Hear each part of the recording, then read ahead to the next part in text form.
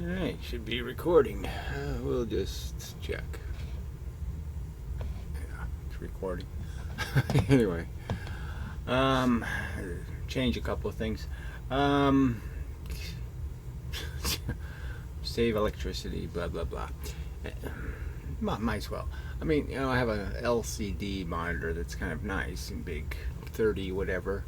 Yeah, I got it for nothing, but yeah, it uses a lot of electricity. Um, and it's annoying. In the winter, it seems to use more. Yeah, hard to imagine why, but regardless, must be something to do with how it's lit or something, I guess. I don't know. Anyway, it's not very important.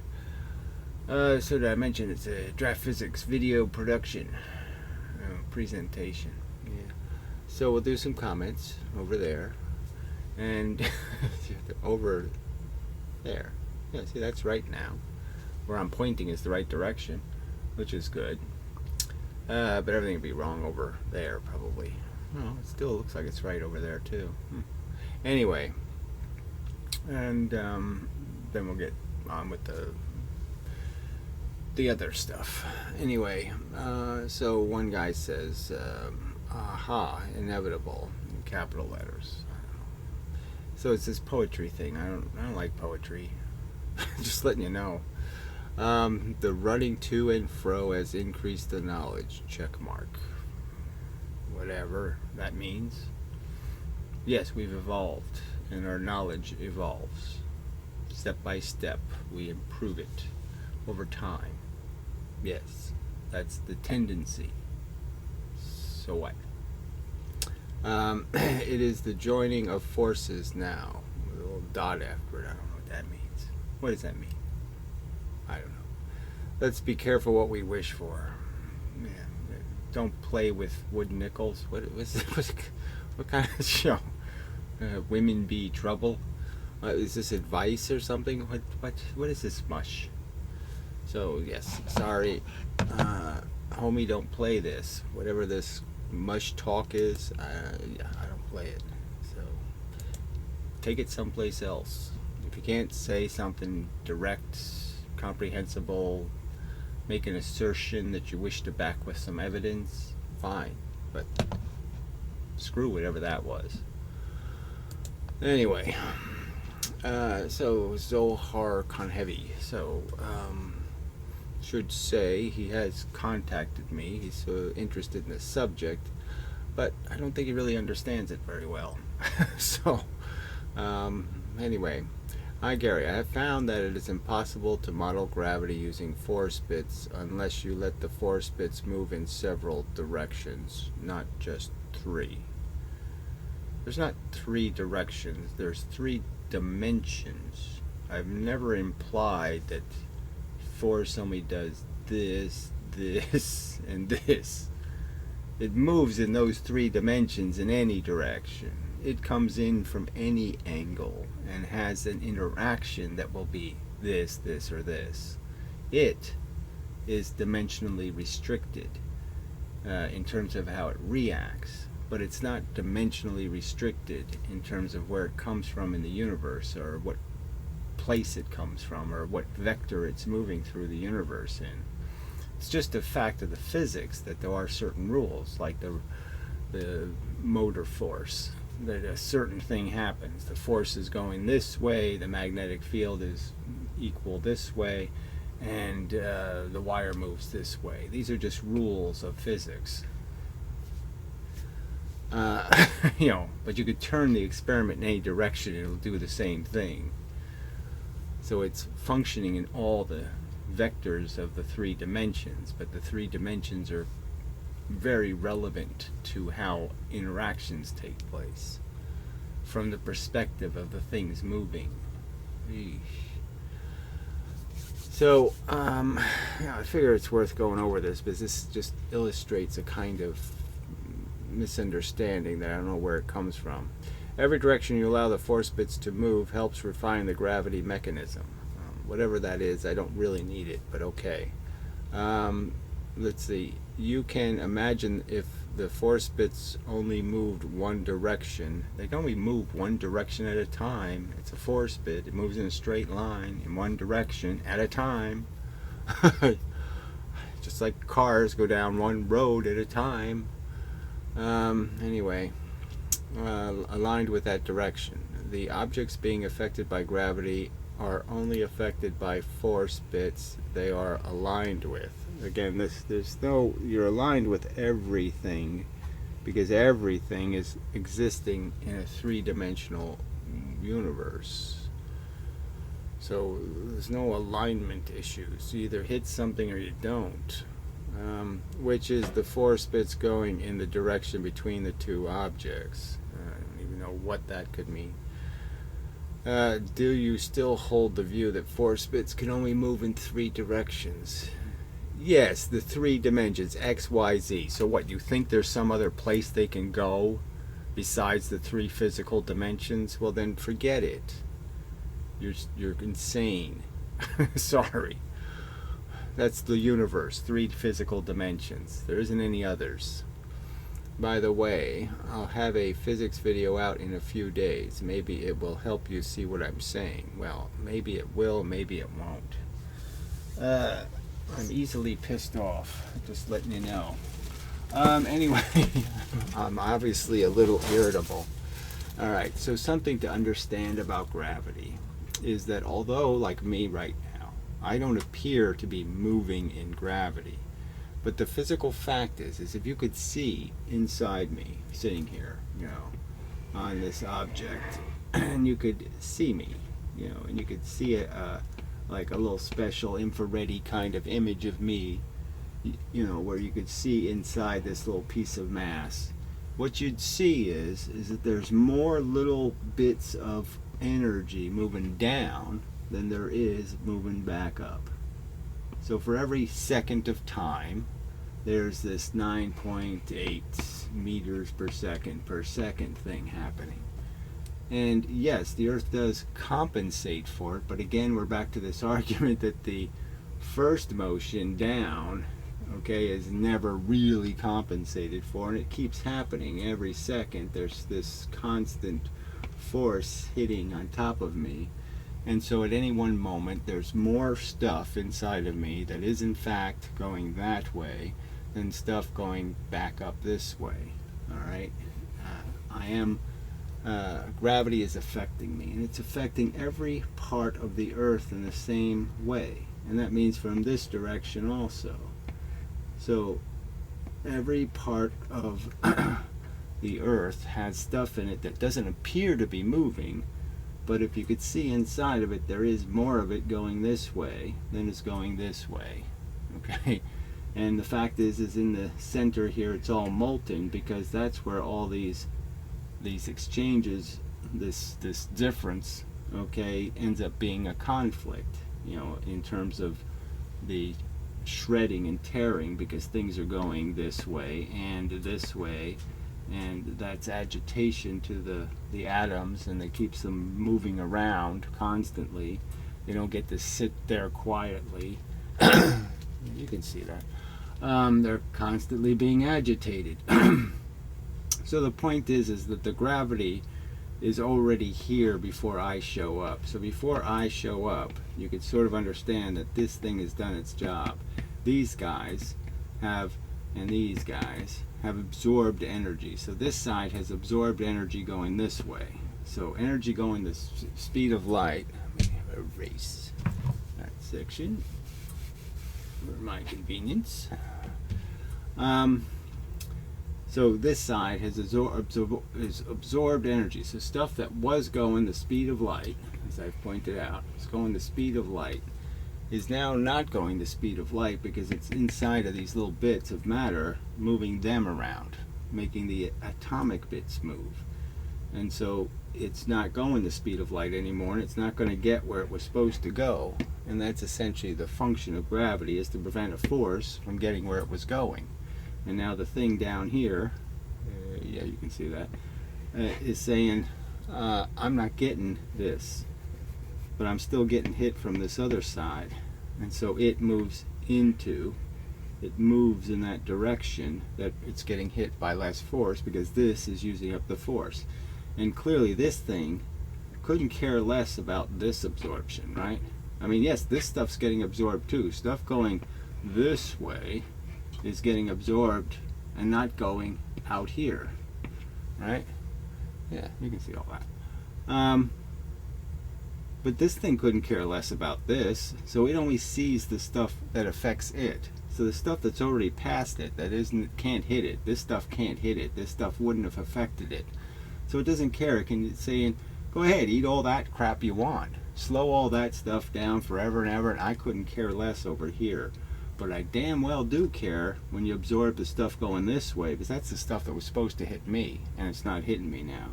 So everything from its perspective only sees the energy, so to speak, only is affected by the part that would have affected it, but isn't.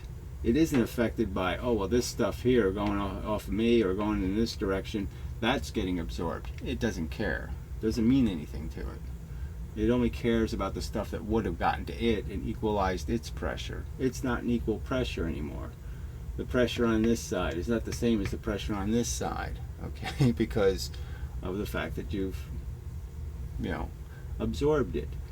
So yes, but clearly every drawing I've drawn, its stuff comes from all directions and all three dimensions. It's clearly part of the argument. There's no restriction on where a force comes in. The only restriction on is, what does it do when it, how does it, how does it interact when there's more than one force affecting a piece of matter? And yes, there's some subtle rules about those interactions. So anyway, so the point is, you don't fall into your gravity. So even though you're making some gravity, that's not the gravity you're falling into. And all of the gravity ends up being mixed essentially in this mixing bowl of pressure. And so any effect you would have on the motion of this other object is also being controlled by an exchange process that just doesn't care necessarily about things like, oh, I absorbed this direct force. So the idea isn't that for this object over here, say an object over here, to be affected, it doesn't have to absorb that. All it has to do is absorb something that has an element of this direction. So, anything on these angles and above would count. So anything here, here, here, here, here, here, here, on that whole side of the sphere, anything contains a component going this way. And so any one of those arrows absorbed would count as gravity being caused by this object, the low pressure. The low pressure can be compensated for by absorbing things this way, this way, this way, this. Yes, it's not as much, but they can add up to the same thing. So essentially the gravity radiates, okay, in all directions. So you cause gravity and it comes back, okay? You absorb a force going this way primarily, right? You're a little thing and you're creating gravity, okay, by existing. You're blocking force, you're heading for this object, you're moving. Your movement indicates that you have absorbed force that was moving the speed of light, and you're moving 10 miles an hour, so you're going a lot slower than the force would have been going because you've absorbed it. Something going the speed of light, it doesn't get where it was going. When it doesn't get where it's going, that means more energy in these directions will be absorbed, and all it has to do is have a component in this direction, and it can be absorbed to compensate for that low pressure. So when the gravity comes out, so to speak, the low pressure that you're creating, the low pressure will be here, and there'll be some here, and there'll be some here, and there'll be some here, and there'll be some low pressure that is a bit of force that's not coming out. So I'm using arrows to show force not coming out, but I think you're smart enough to figure that out.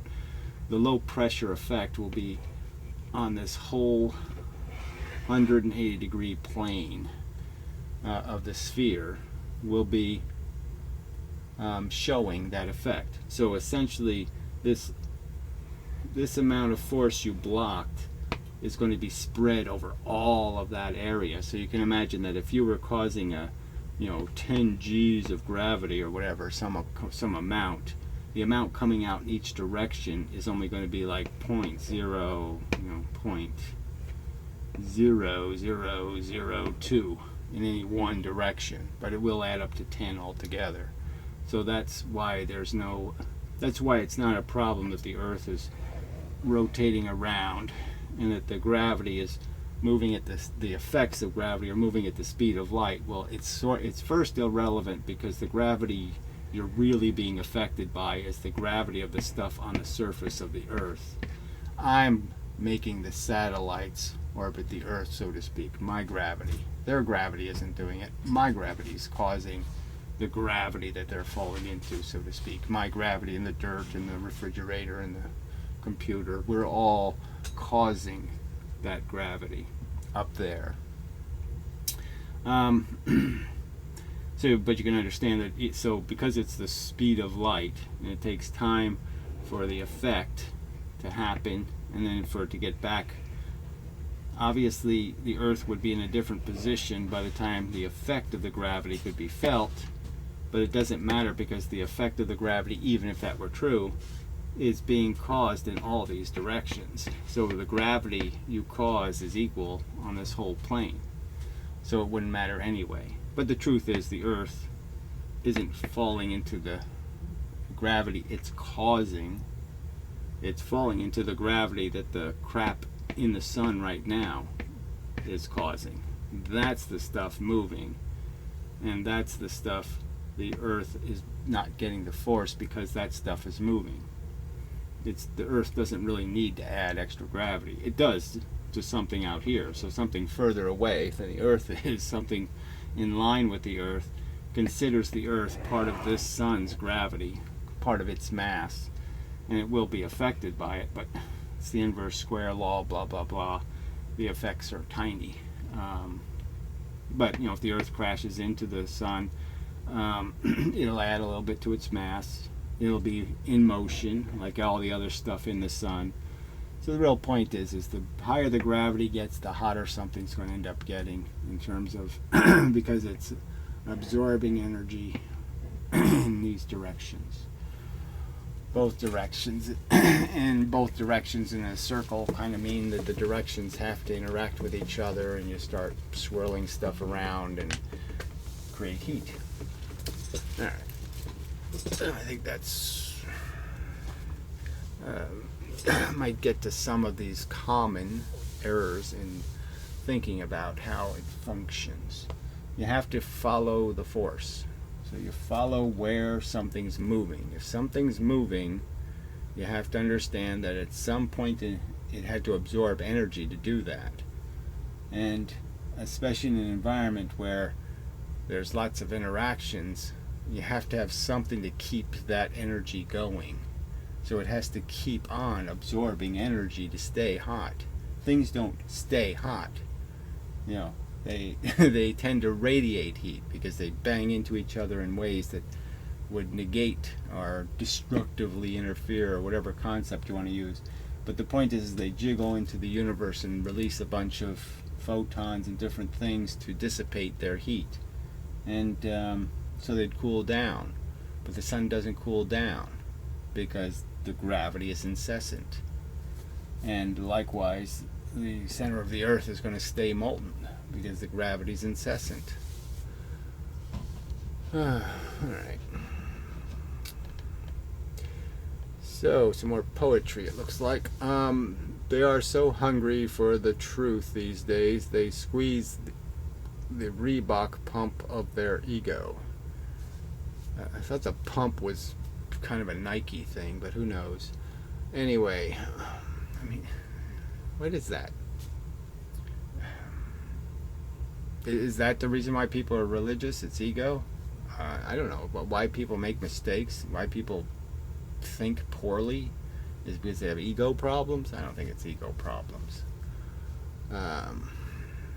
I think it's because somehow throughout history we lost the idea that you punish people for being stupid. You don't reward them Anyway, the best thing Nikola Tesla lost when he left here was his intergalactic passport, whatever the fuck that would be. I mean, there's certain elements that are poignant in people's lives. I mean, the fact that Tesla, spent the last years of his life, contemplating a death ray and taking care of a pigeon. Found a pigeon that was a little poorly and took care of it for like 8 years or something, and then it died, and it crushed him.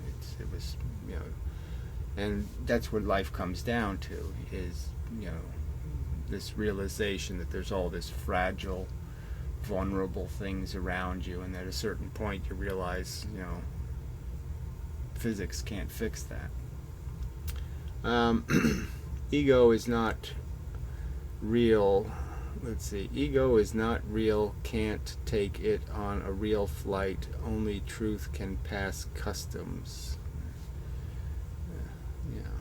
So again, time, whatever that is, time something. Oh, read more. So I can't wait. Oh dear, look at all this crap. All right.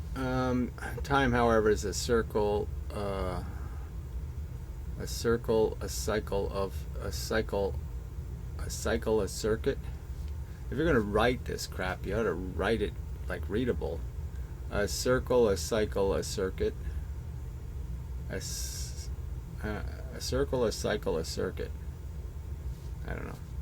Anyway, Tesla, he was so confusing 100 years ago. He is a way better man now, and he earned extra credit. He now finally is exchanging. I was pronounced dead for over 14 minutes. Who cares? I mean, these little anecdotal stories, Your time traveled, huh?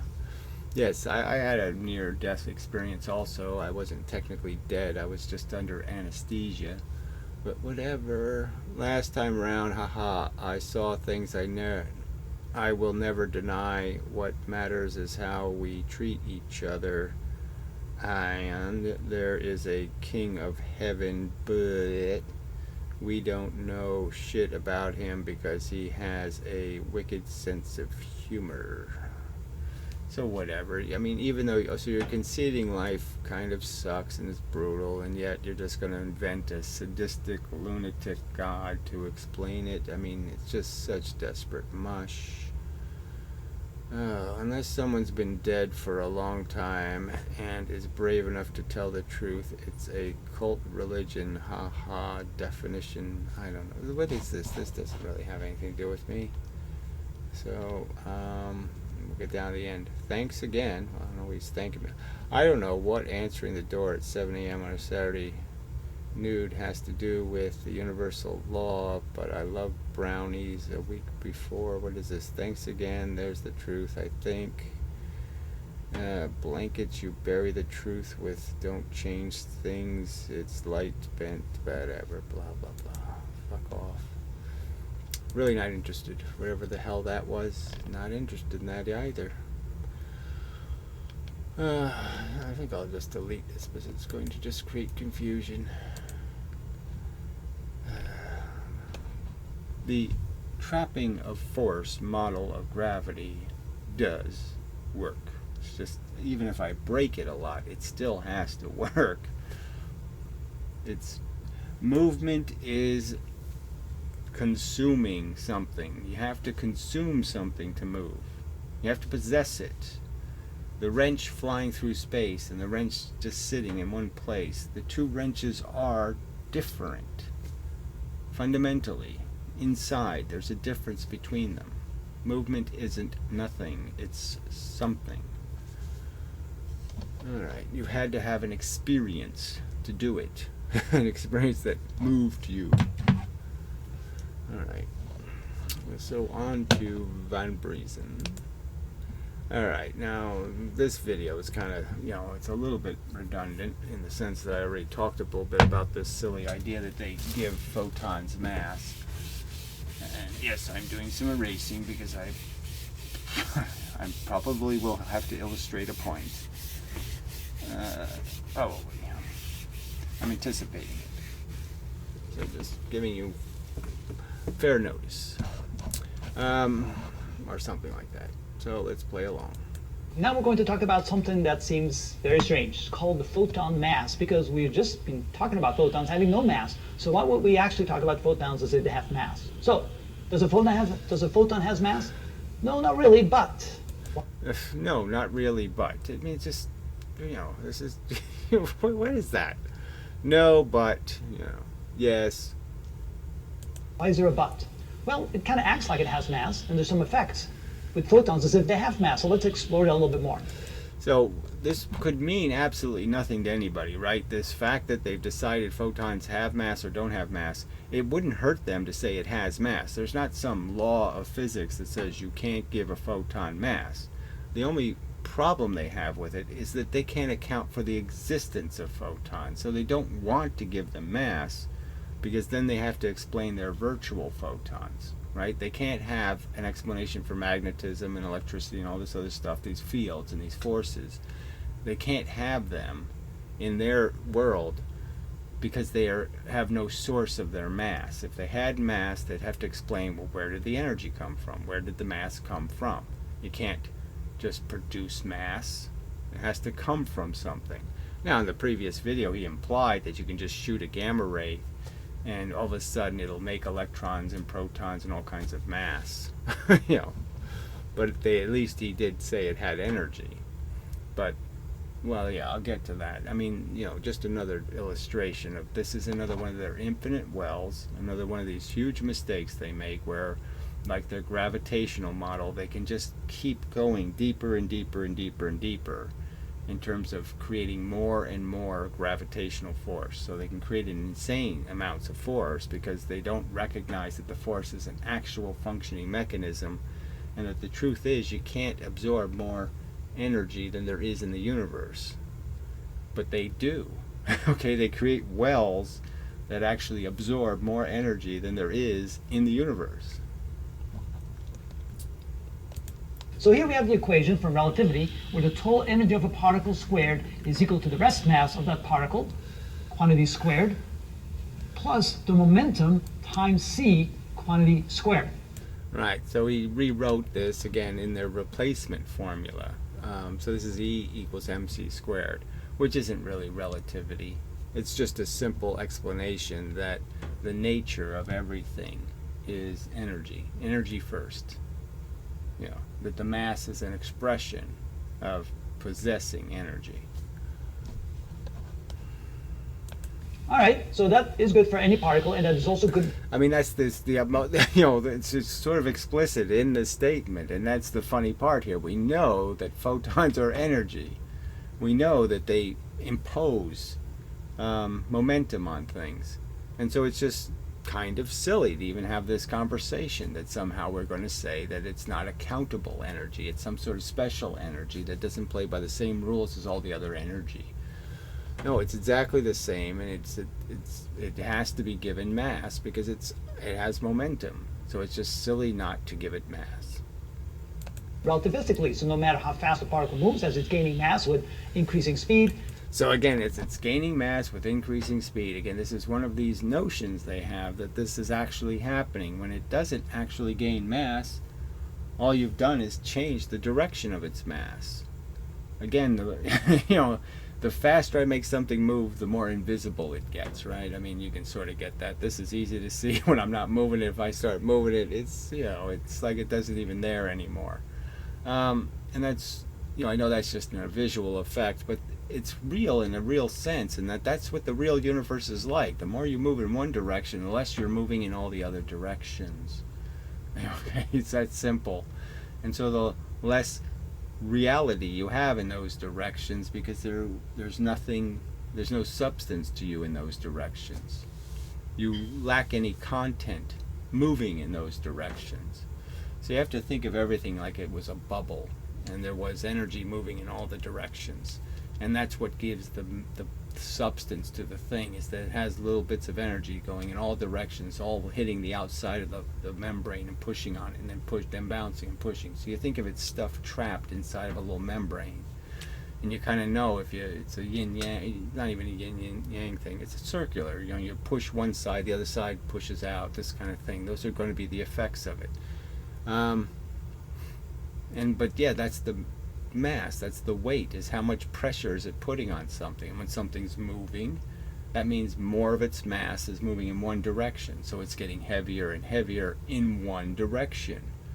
It's not getting more mass overall. It's just more of it is pointed at you, so to speak. It's like the bullet. It doesn't have more mass when you shoot the bullet, right? It doesn't gain mass. You know that. It doesn't get heavier. It just gets heavier in your direction. That's all. And it gets lighter in all the other directions. And it gets really heavy in your direction. We can say that the total energy squared is equal to that. So now for a photon, since we know that a photon doesn't have mass, we can go ahead and get rid of this term. So he just, okay, so we'll just pretend that one doesn't exist, but we'll replace it. Okay, so this is the danger of mathematics, because they'll say, I'll find something that's equivalent to this and just replace it with it. So I'll get rid of this and then just put in here HF, okay, divided by C. And get rid of that part I can't account for, the part with an M in it.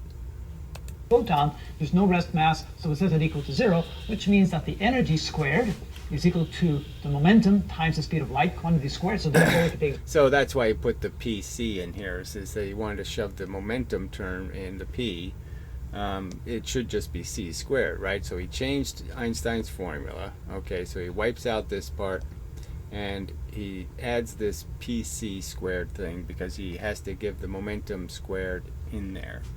And so the presumption is that now he can give the photon momentum without accounting for the fact that momentum is velocity times mass. So instead of putting velocity times mass divided by C squared, it's just playing a game that numbers allow you to do it, because the universe can't fight back and say you can't do that. Those aren't equivalent.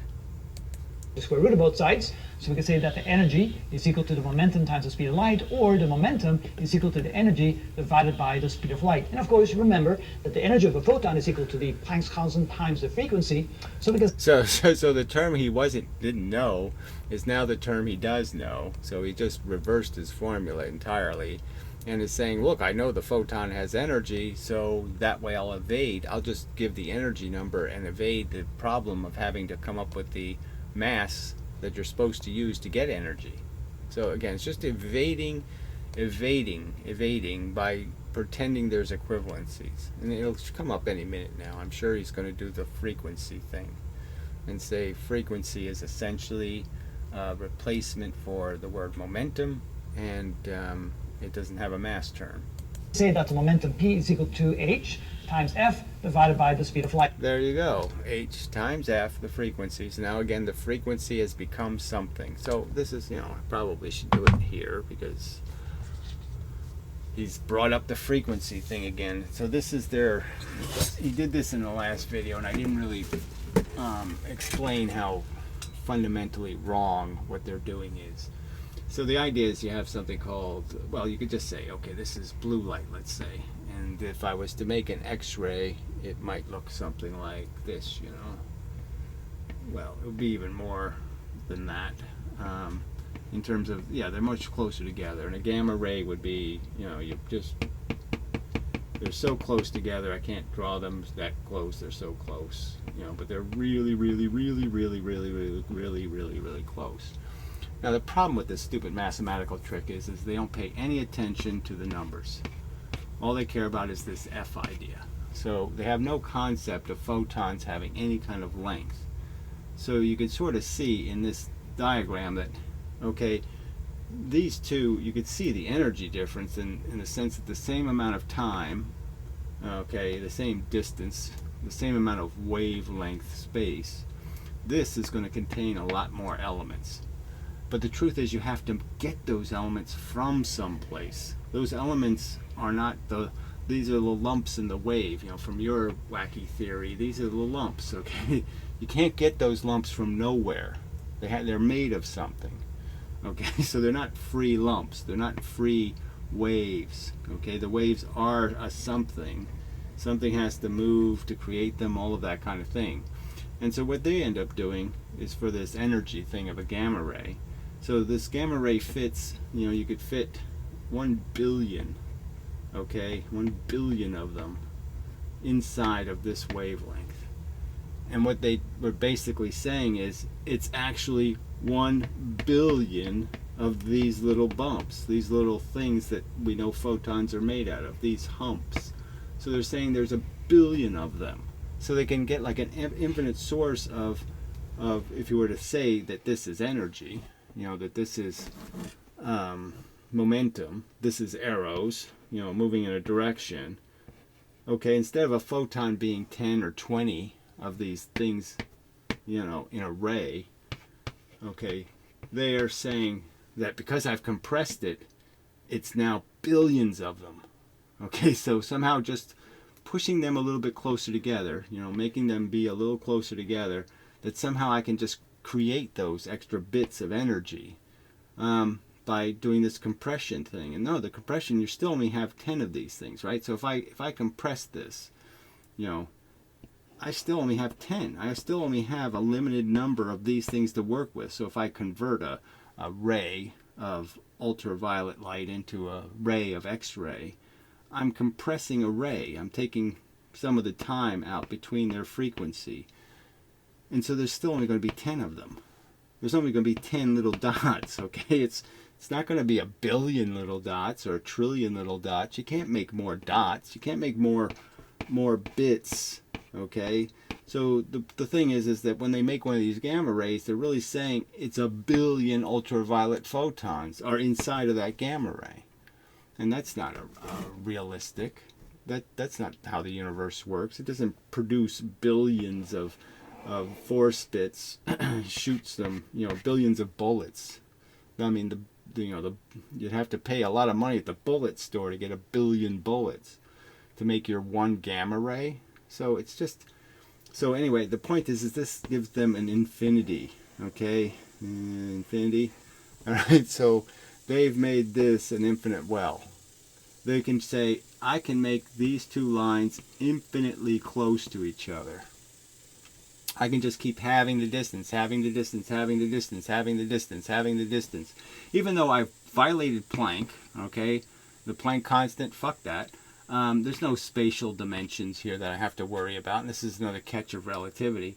I can just keep making them closer and closer and closer. I can have them closer and closer and closer together, and there's absolutely no physical restrictions placed on the fact that the things themselves have a size, and you can't bring them closer and closer together because their size is going to overlap, and they can't overlap, and they can't go on opposite sides of each other and you're still counting how close they are.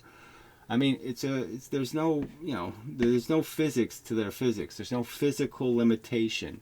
So they've created this infinity well out of energy and they have an infinite source of energy in the formation of something they'll call a gamma ray. Something that has a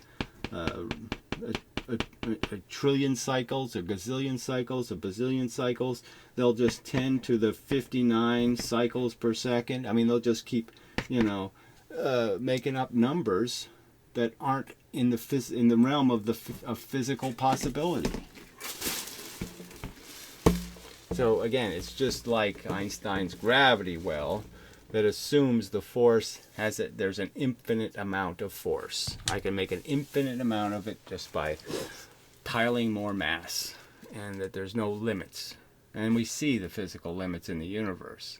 We don't see any suns that are the size of a galaxy, right? There's no sun that's the size of a galaxy. There's obvious limits built into it. We see it in how the structures change, and that one size doesn't fit all. And that's sort of an indication that there's force limits. All right. And of course, the momentum for any particle is always the mass times the velocity. So here things become a little strange. So here we're going to go on a limb and say, okay, let's say that the momentum is mass times velocity. So let's come over here. So we can say that the mass times velocity, and I'll put mass in quotation marks because, of course, we know photon really doesn't have mass, but it sometimes acts as if it does. So we'll write mv equals. Yeah, and for somebody who doesn't understand, they can't do a times thing. 0 times anything is 0, so that's why they can't allow it to have mass, because they can't do their multiplication, because the 0 would destroy the existence of the relationship. hf divided by c, and of course we know that photons move at the speed of light, so in this case the velocity is the speed of light, so we can say that the mass of a photon, of course, again in quotation marks, times c is equal to hf divided by c, and move the c down there. We can then say that the mass, or the fictitious mass if you want to call it that, is equal to the Planck's constant times the frequency divided by c squared. So there's what we would call the equivalent or the fictitious mass of a photon. Right, so they've made up a fake formula again, and they've tied frequency to mass, which again isn't really appropriate, because the mass of the photon really has to do with how many bits are in it, and the energy effect, the fact that it affects things based on this tipping point argument. It doesn't have anything to do with real energy. It just has to do with the fact that to tip something over, you have to apply the force within certain time restraints. So the fact that it has a resident wobble speed, it has a reflex speed, and electrons have that. And that's the only thing that makes one photon look any different to the electron, is the fact that it has a certain mass and tipping point capacity, a tension that it's in. It's glued into a spot. There's a stickiness. It has a stickiness, and you can only knock it out of its stickiness with a certain amount of energy. And that's the only reason why these photons are any different than each other. And the fact that, yes, in a certain moment of time, if the rays are continuous, certainly the ultraviolet would have more elements in it than the infrared. But if you weren't limited by how long they're allowed to be, the little bits themselves are not more energetic. It acts as if it has that mass. And we can say that that mass is equal to hf divided by c squared. Now, what does that mean? So the people who harp on how wonderful all this math is and how great math is and math is physics, so that's reality. You're saying the trickery he just applied there, the game he just played, that's legitimate math. This is a real insight into the universe. The real universe works this way, where the real universe says, yes, photons don't have any real mass. We'll make synthetic momentum mass for them because they have momentum. We already know that. So we'll just pretend the other equation is nonsense. It isn't the truth. Okay, mass times velocity isn't your momentum. Your momentum is just your velocity and your frequency. So you think that's really real. The real universe works that way. Frequency is everything. Mass is nothing. Then I think you're an asshole, frankly. if you think that's doing reality, playing that manipulative game is reality. That the math is giving us a pure insight into the pure universe. That's the pure universe. When the simple thing they could do is just give the photon an infinitely small mass. They could fix their problem by just giving it any mass at all. Give it 1. Give it a mass of 1, and that would be the way it would work, really. And just say the ray length decides how many 1s you have, right?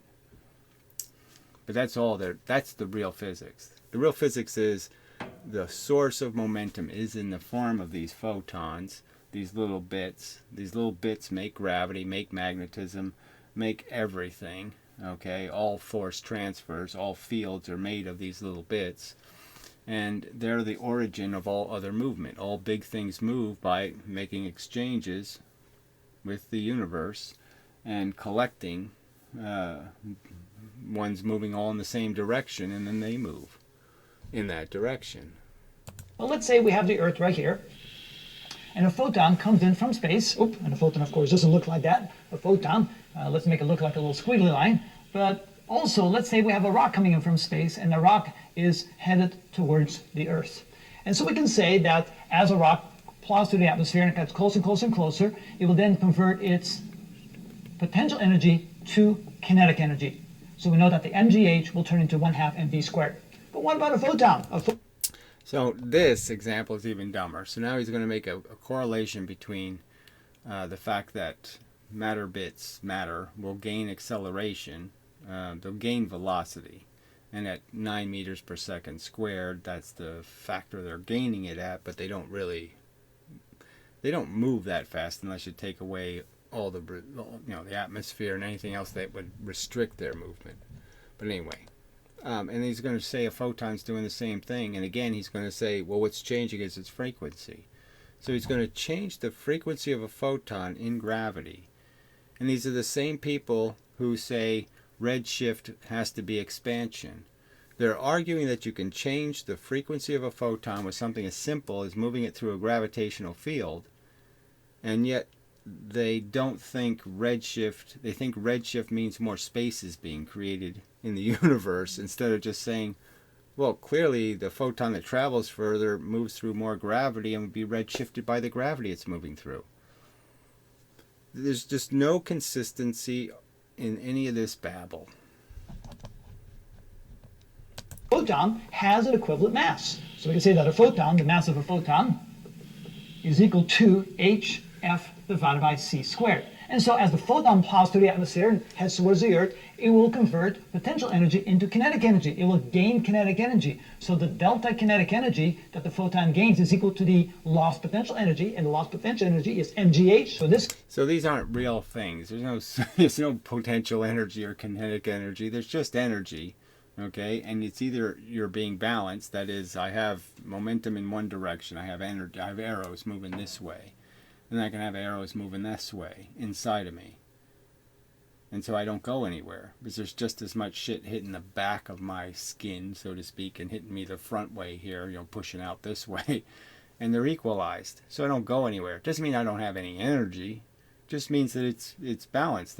I got two different movements, so I'm yin-ing and yang-ing, and I'm not going to go anywhere.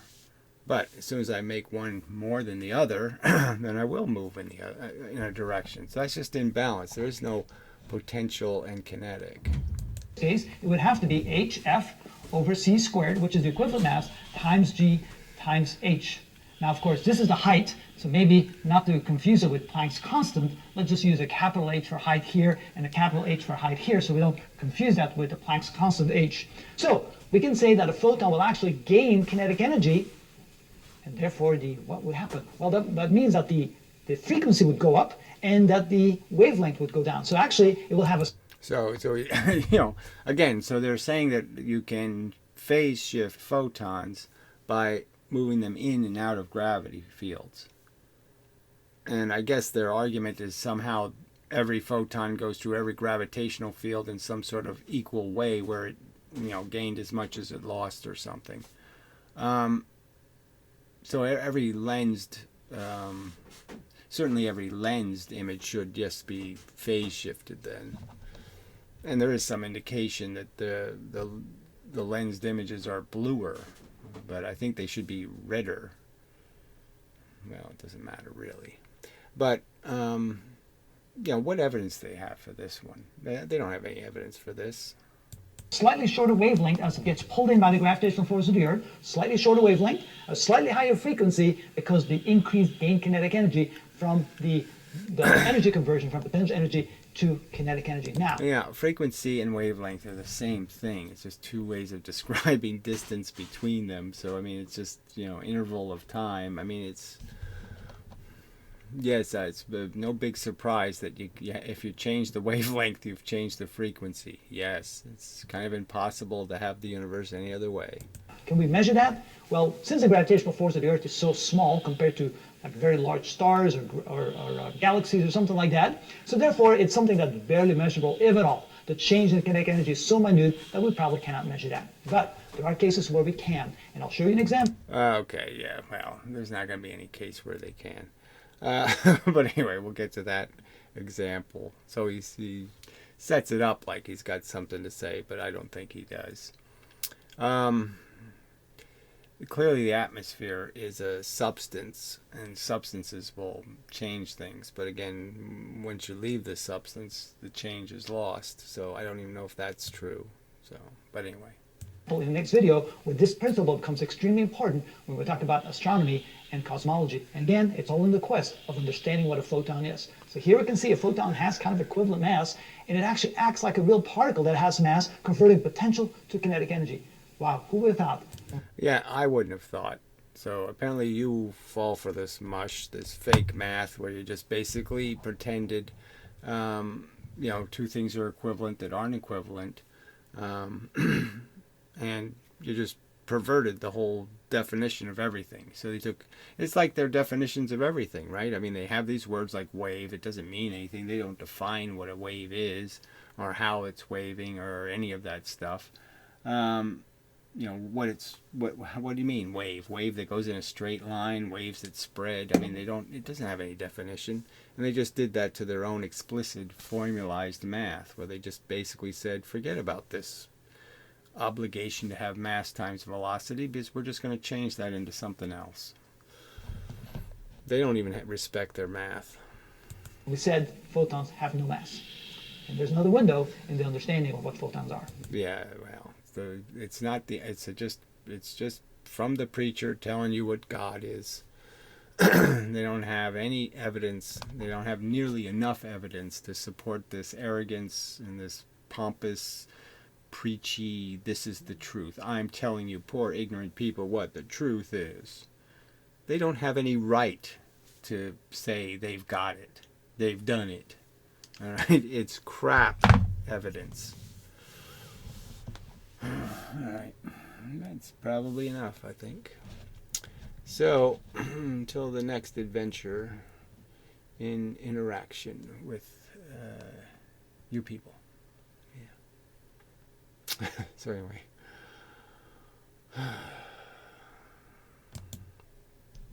So all I can do is try to reason with you. There's reasons not to be fooled by these people. He's a very nice guy with his little bow tie. I love the purple shirt.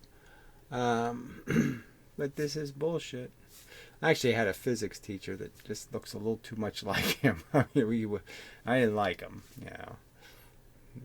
kind of short, and he was just such a... yeah. But he did. He wore the bow tie thing, and he didn't like me drawing, bongs on my desk. And flirting with a girl. He didn't care for any of that.